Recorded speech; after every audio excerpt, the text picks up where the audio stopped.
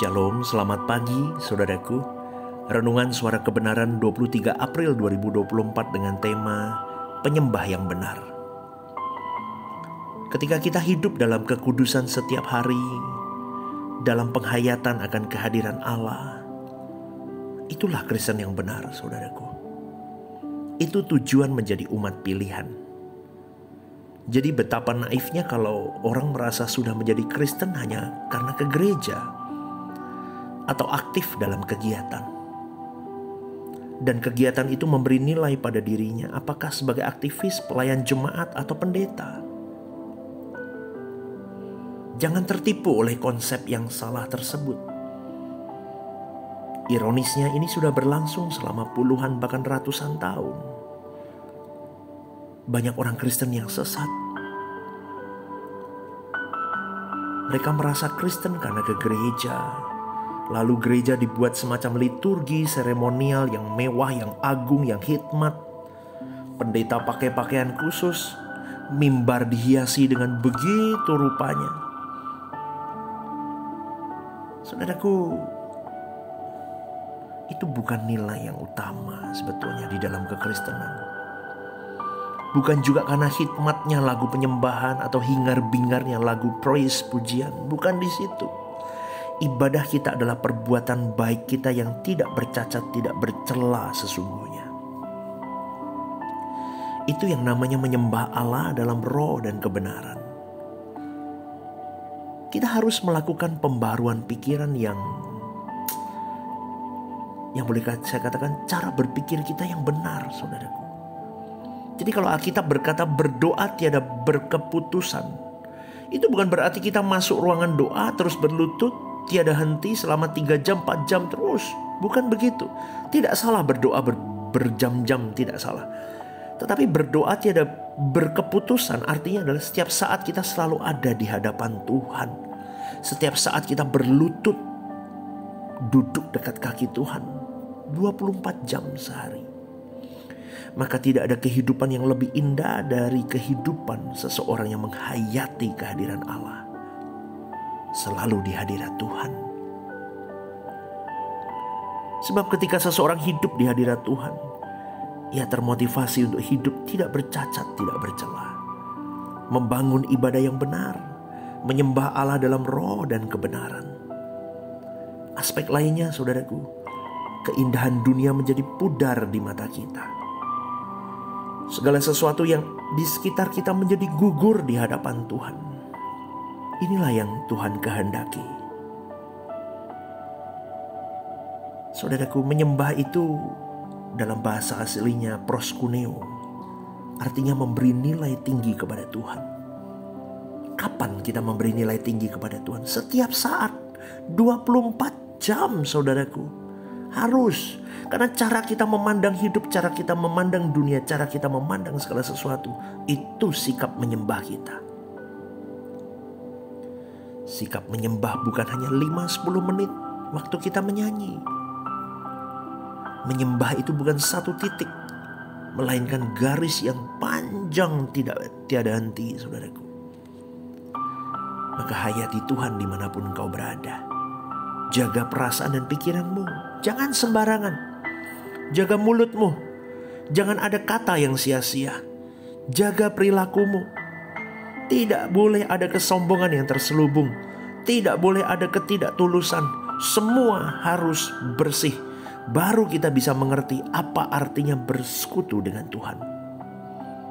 Dan kita belajar dari waktu ke waktu. Mungkin ada di antara kita yang merasa nyaris terlambat. Tetapi puji Tuhan, kita tidak terlambat, saudaraku. Masih ada waktu kok. Ya, selama jantung kita masih berdetak, nafas masih ada kesempatan. Saudaraku, ciri orang yang hidup dalam penyembahan yang benar dalam roh dan kebenaran, yang selalu hidup dalam hadirat Allah adalah yang pertama, dia memiliki kesucian lahir batin. Yang kedua, dia punya kepedulian terhadap sesamanya. Ketika orang hidup dalam kesucian, berjalan dengan Tuhan, dia pasti mendapat impartasi dari Tuhan. Spirit Tuhan dipindahkan. pasti dia memiliki beban terhadap sesama. Dia ingin orang lain juga mengalami apa yang dia alami. Jadi bukan sekedar membawa orang ke gereja supaya menambah jumlah anggota gereja, saudaraku. Apalagi kalau orang itu bukan dari kalangan non-Kristen. Wah, lebih bangga lagi. Untuk apa, saudaraku? Kita harus jadi berkat bukan hanya untuk orang Kristen. Atau supaya mereka menjadi anggota gereja, jadi orang Kristen. Bukan. Yang terpenting adalah mengubah hidupnya. Menjadi seperti kita hidup. Lah kita hidup seperti siapa? Hidup seperti Kristus. Lah itu seharusnya.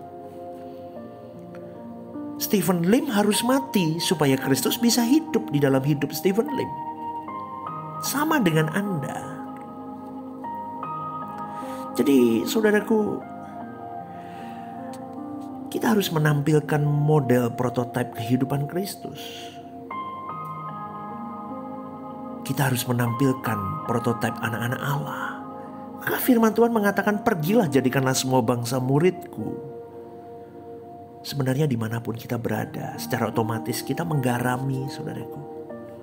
Bukan meracuni, tapi menggarami.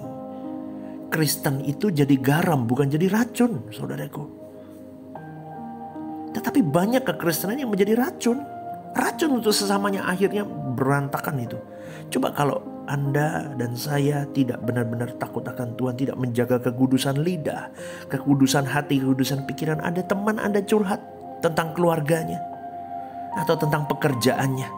Misal nih, si A datang kepada saya belum bertobat sungguh di hadapan Tuhan.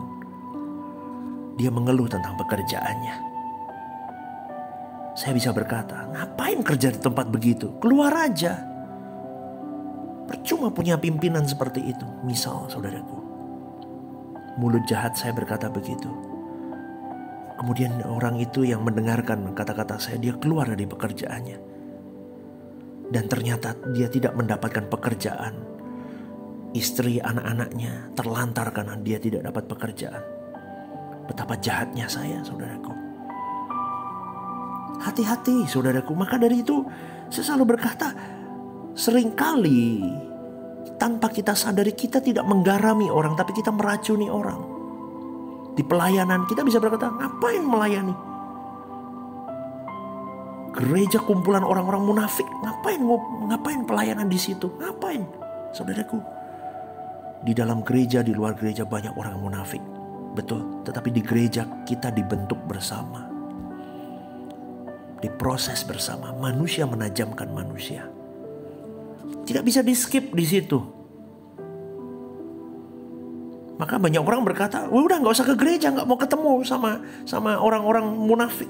Udah aku online aja. Kemudian melegalkan online, ibadah online. No, saudaraku. Di dalam pertemuan setiap ibadah, Anda bisa merajut satu dengan yang lain, menajamkan manusia dengan manusia. Online itu cerita lagi nanti. Anda bisa mendengarkan. Ketika Anda punya waktu, Anda mendengarkan via YouTube dan sebagainya. Tetapi pertemuan-pertemuan ibadah tidak boleh dilewatkan. Saya sedih, saudaraku, seringkali tanpa kita sadari kita arogansi. Betul. Betul, saudaraku. Kita tidak boleh menyarankan orang tidak usah ibadah pertemuan online saja. Tidak bisa, saudaraku. Kau harus berjumpa face to face dengan orang-orang di sana. Apapun keadaannya. Kalau tidak baik, pastor, kau harus menggarami dan kau harus dididik di situ. Banyak, saudaraku. Nanti saya akan sampaikan di beberapa potongan khotbah ya tentang ini. Jadi sekali lagi, jangan berpikir bahwa setelah kita menyembah Allah dalam roh dan kebenaran, kita tidak perlu ke gereja lagi. Itu salah. Ke gereja itu mutlak. Sebab di gereja itulah kita bertemu dengan saudara seiman. Kita bisa sharing, kita bisa berbagi. Paling tidak kita punya persekutuan-persekutuan yang kecil untuk bisa mempraktekkan kasih, saudaraku. Beberapa orang bertanya kepada saya, pastor, semisal ini gereja pastor tidak ada, Saya tidak bisa mengikuti ajaran yang pastor berikan. Mungkin tidak ada misal, contoh saja. Loh, Anda kan bisa ke gereja lain. Tapi ajarannya beda, pastor. Loh, datang saja. Kau mengikuti ajaran saya, kau tetap datang di gereja itu, kau menggarami kebenaran di sana. Apa salahnya? Kalau kau tarik dirimu dari tempat itu, aku tidak mau bergereja di situ lagi karena ajarannya beda. Dan akhirnya kau ikut online saja. Salah, saudaraku. Saya sedih dengan statement-statement seperti itu. Betapa senangnya Allah kalau melihat anak-anaknya menyelenggarakan hidup,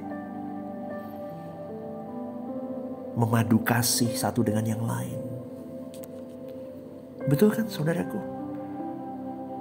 Dengan banyak alasan, orang Kristen itu kadang tidak bisa menjadi penyembah yang benar.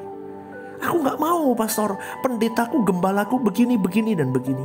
Saudaraku, kalau Tuhan letakkan dirimu, atasmu, gembalamu seperti itu, doakan dia, support dia, tunjukkan kasihmu kepada dia.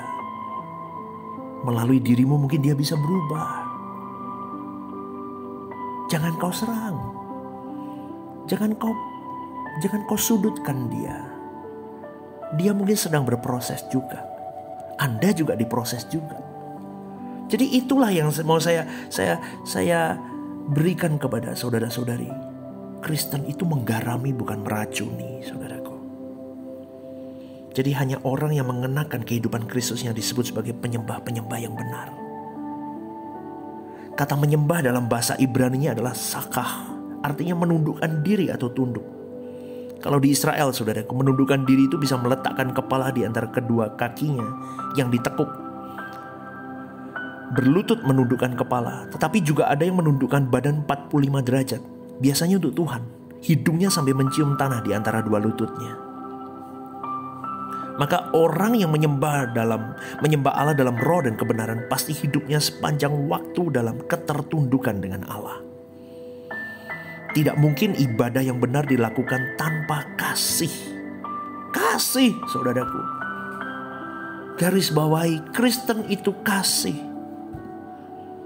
Bukan menyudutkan, mematikan sesamamu. Mematikan karakternya, mematikan nama baiknya. Kristen itu cinta, love. Jadi yang namanya menyembah Tuhan itu adalah hidup dalam kesucian hati yang mencintai Tuhan. Maka kesucian hidup itu bukan sekedar sebagai kewajiban, tapi kebutuhan hidup kita sebagai orang Kristiani, pengikut Kristus.